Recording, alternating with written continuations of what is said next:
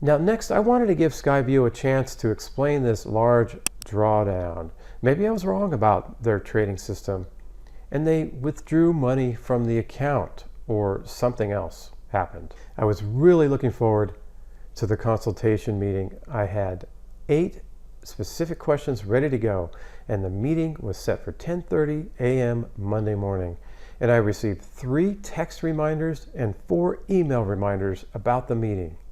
And 5 minutes before the meeting, I opened the Zoom link and set my camera up and waited. And 10:30, nobody was there. 5 minutes later, nobody there. 10 minutes later, nobody there. 20 minutes later, nobody there. Needless to say, I was pretty disappointed. I did finally receive an email at 10:57 stating, "Missed you for our call today. Hope everything is okay on your end. Click the link to set another appointment." So I did click the link, only to find no available appointments for another week. I would say this is pretty bad service.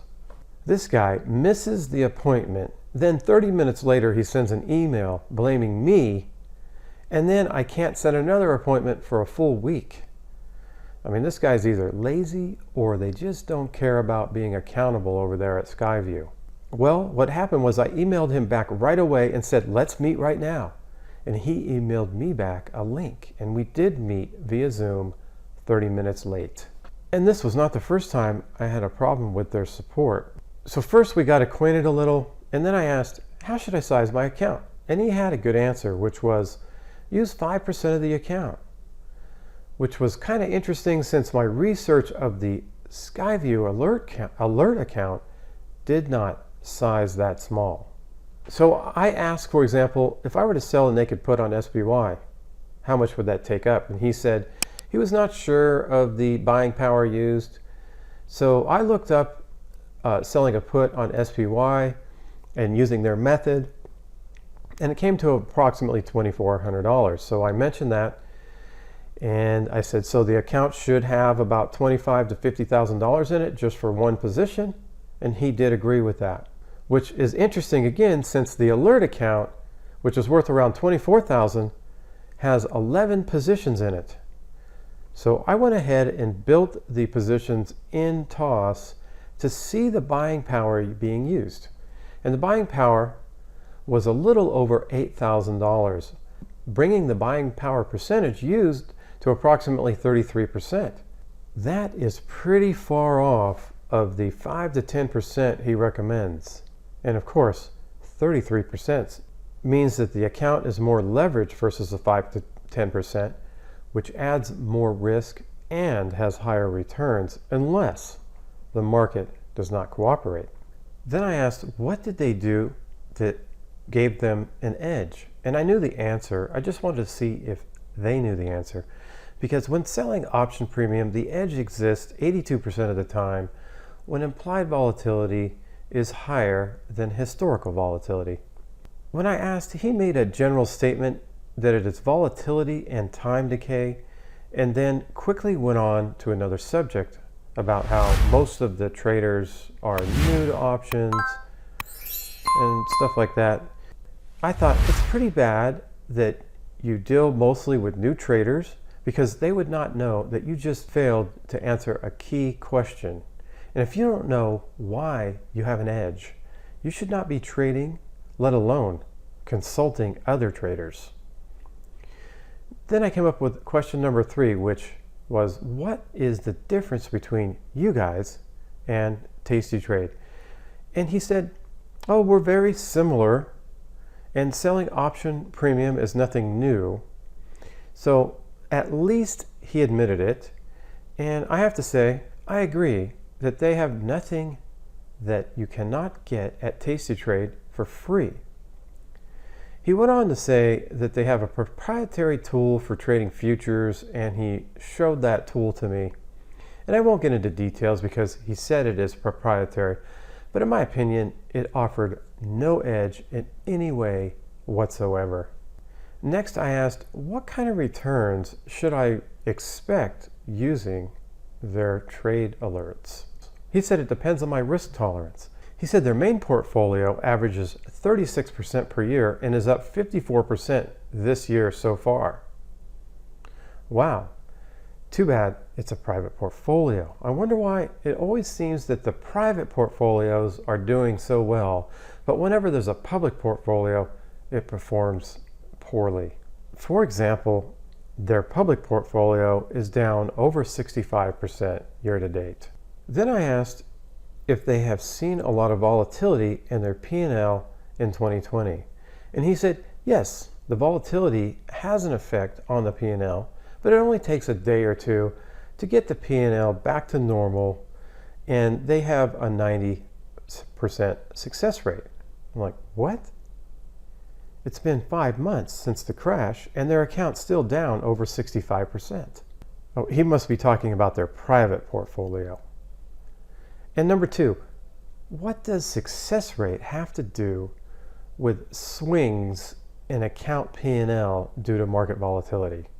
Then I went on to ask a question about their ad. And I said, in your ad, you take out any profits over $100,000 in the account. And I noticed your account that you started the year with less than $100,000. How was that? And he said the account in the ad is different than the account I can see. I can only see the alert account. And he went on to say that the alert account did not start with $100,000 in it. Now at this point, I'm having deja vu of Tom Busby, because he had multiple accounts in order to confuse people and hide his trading results. Then I asked about the account used in the ad that showed a $34,000 profit. I asked if that $34,000 was made in 2020, and he said it was made in 2018 or 2019. He wasn't sure which year, but he said it definitely was not made in 2020. So I took the opportunity to address the alert account large drawdown issue at this point. I asked if they took any money out of the account in 2020, and he said not that he knew of. I said, I noticed your account fell. I used real numbers, but I will use percentages and paraphrase here. I noticed that your account fell 40% from March 3rd to March 10th. Then another 57% from March 10th to March 11th, for a total of over 74% in 5 trading days. And he said that's totally normal, because when the VIX explodes, that's what happens. He then said it all bounced back and losses were mitigated to less than 1%. But then I mentioned that on August 24th, 2020, the account was still down over 68% from January 1st. When I mentioned this, he said he had to guide me to the portfolio manager. So he gave the portfolio manager's name to me and said I could find him in the chat room. So when I got off the Zoom call, I went directly to the chat room looking for the portfolio manager, and I was able to ask him why the account was down so large from March 4th to March 11th. He said they withdrew money to start a new separate service. He also mentioned that the account was actually up at that point, not down, and they withdrew approximately 65% of the account's value. Wait, did he make 2 separate withdrawals? Because if he took out 65% of the account, then how did the account show a balance of 40% less on March 10th, then fall significantly again on March 11th? If you make a withdrawal, don't you take it all out at once? If he took it all out at once, then how is the account only down by 40% at one point? He must have taken out 2 separate withdrawals in 2 consecutive days in the middle of a crash. Then I asked how the position in the account did over the time period that we were talking about. And he said he does not have that specific information available. Wait, if I took a major loss, I would backtest that time period over and over until I knew that time period like the back of my hand. I would tweak my system to be able to handle if this situation ever happened again. Oh, my bad, his naked premium selling options account was up during the crash. I probed more, saying, you took out a significant amount of money from the account in the middle of a crash, and your account P&L was not down at all during the crash? Then he said, I think we took money out after the crash, and he doesn't remember the amount.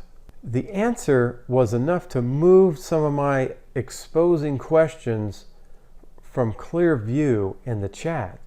And I'm sure he did not want other subscribers to see this information.